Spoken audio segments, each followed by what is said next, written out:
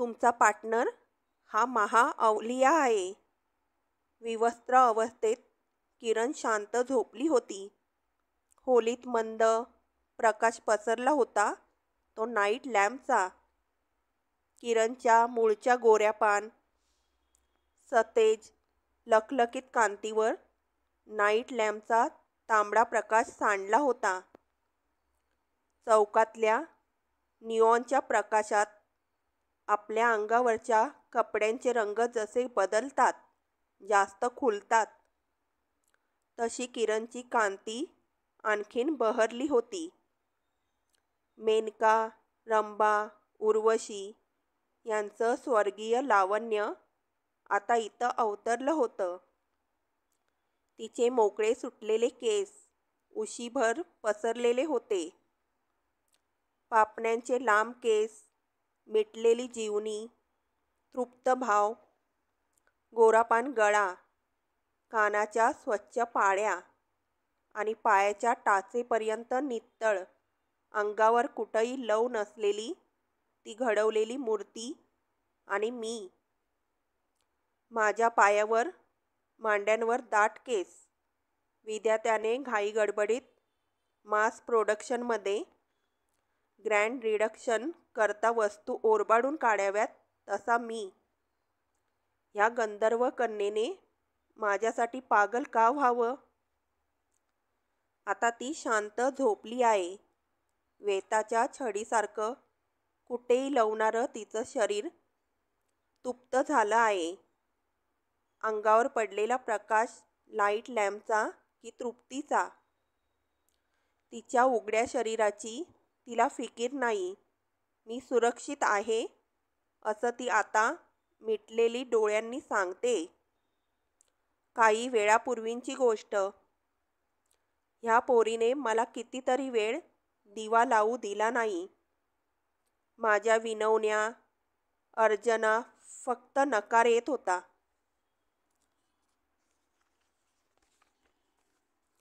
मला एकदाच तुला संपूर्ण बघायची आहे.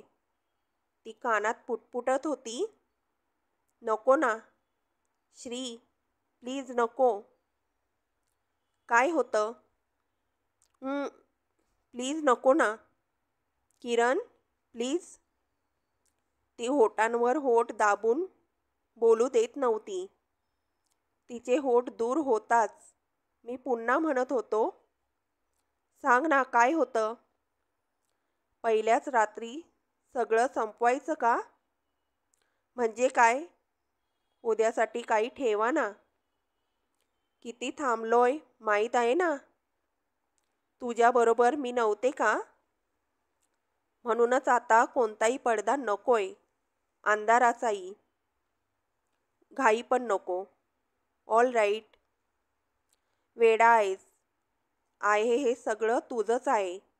लहान मुलासारखा आहेस बघ. म्हणजे कसा? दिवाळीच्या पहिल्याच दिवशी सगळी दारू उडवतात ती? उद्या आंघोळ करताना पहा, चालेल? तिने मला प्रश्न विचारला, पण उत्तराला सवड दिली नाही. विजेसारखी ती कोसळली, पुन्हा दूर झाली. आणि मग सरी मागून किती सरी आल्या समजलं नाही. प्राजक्ताचं झाड कुणीतरी हलवीत होतं.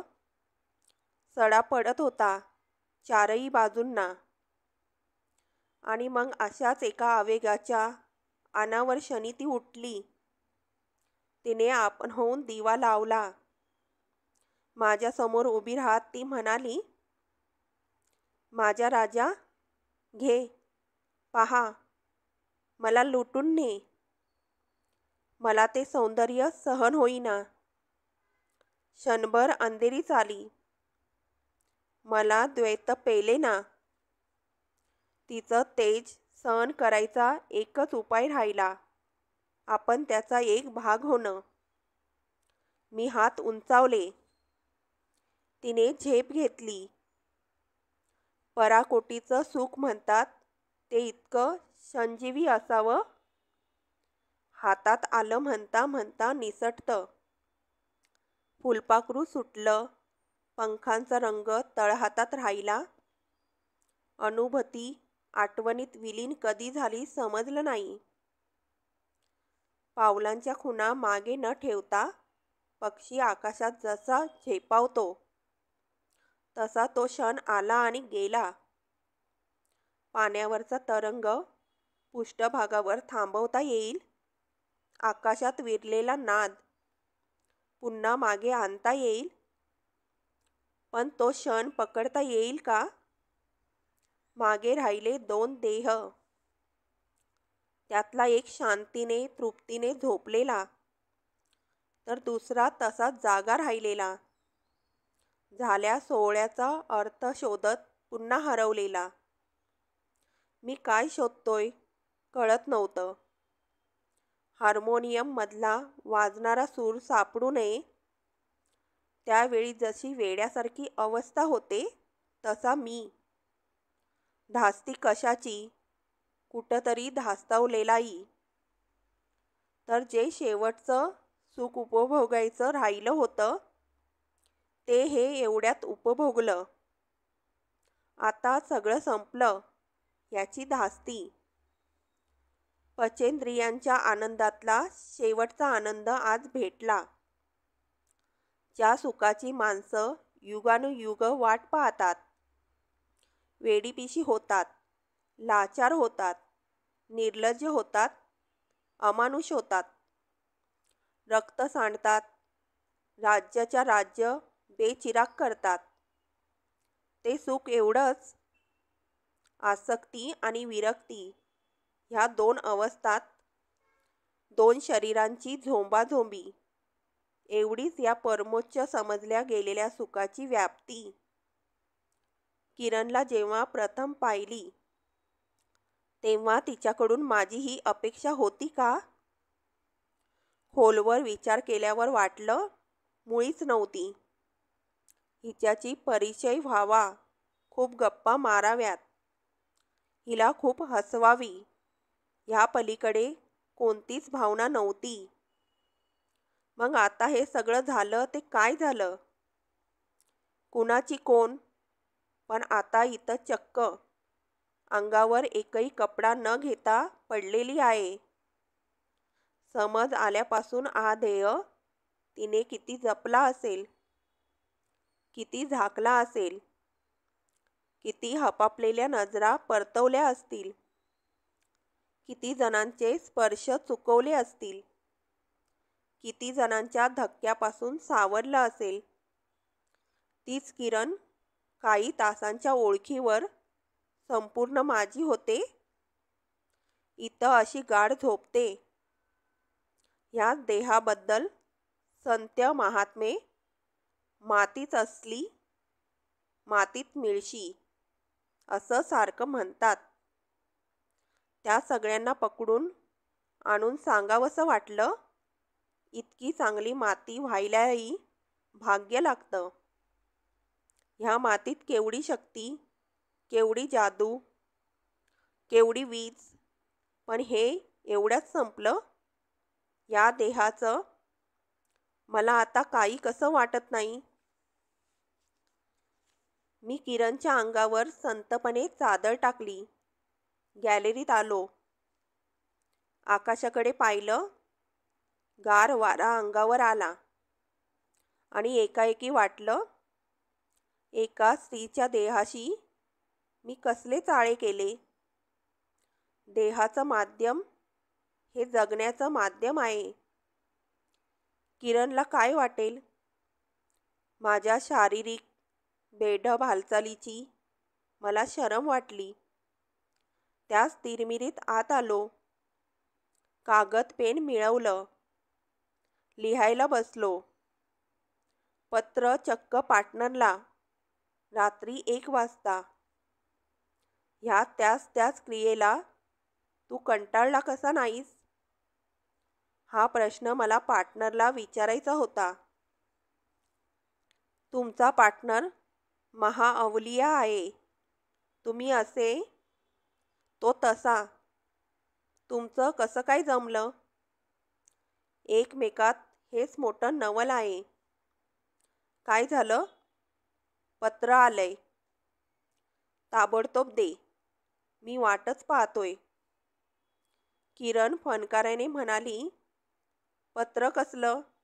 निव्वळ चावटपणा. आण तर. किरणने पत्र दिलं. पत्र कसलं? ते चिरोटच होतं. चांदनी रात सनम, चांद के लच्छे लच्छे, 2 उंगली चमड़ी के लिए, मर गए अच्छे अच्छे. ह्या वेडपटपणाला काय म्हणावं? बहिणाबाईंचा अभंग लिहून देणारा माणूस हाच काय? दुकानावर आलो तर दुकानाच्या पत्त्यावर आणखी एक पत्र. प्रिय पार्टनर, समुद्राची ताकद टिटवीला समजत नाही. आकाशाची व्याप्ती गरुडाला समजत नाही. सुगंधाचं कोडं फुलाला उकलत नाही. एवढासा तू, त्याहून एवढासा मी. मला जीवनाचा अर्थ कसला विचारतोस? आणि त्याहीपेक्षा संभोगाचा अर्थ लावायचा असतो हे मुळात तुला कोणी सांगितलं? पाणी म्हणजे H2O. इथं सगळे थांबलेले आहेत. मूर्ख म्हणून नव्हे, तर जाणकार म्हणून थांबले. पृथक्करण पाण्याचं करायचं असतं, तहानेचं नाही, हे त्यांना समजलं म्हणून. कोणता आनंद क्षणजीवी नाही. 2 इंच लांबीच्या जिभेवर पदार्थ असतो, तोवर चव, खाली उतरला की घास. सुगंधाचं नातं नाकाशी, घशातून आत गेल्यावर ती फक्त हवा. खरं तर सगळ्या पचेंद्रियांचं नातं रसिकतेशी नसून तृप्तीशी असतं. तो क्षण संपला की रसिकता संपली. इतर अनेक गरजांपैकी तृप्ती ही एक गरज आहे. जो गरजू आहे त्याला व्यवहार सांभाळावा लागतो. व्यवहार नेहमीच साधतो असं नाही. तो सत्यासारखा कटू असतो. ज्या मनात रसिकता असते त्याच मनात कटुता निर्माण होते. तेव्हा जास्त काय सांगू? सध्या एकच, वर्तमान काळ सांभाळ. Present tense is the only tense. Is take care of past and future. We look at it in correct perspective. तुझ्यापेक्षा किरण जास्त भाग्यवान असेल असं मला वाटतं.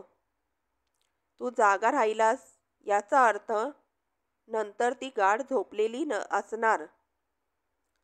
लक्षात ठेव, तिला आयुष्य समजले अथवा मुळीच समजणार नाही, पण तुझ्यापेक्षाही ती खात्रीने सुखी होईल. There is not a single example of a happy philosopher. म्हणून हात जोडून विनंती करतो, don't be a philosopher, just be Kiran husband. तुझा पार्टनर.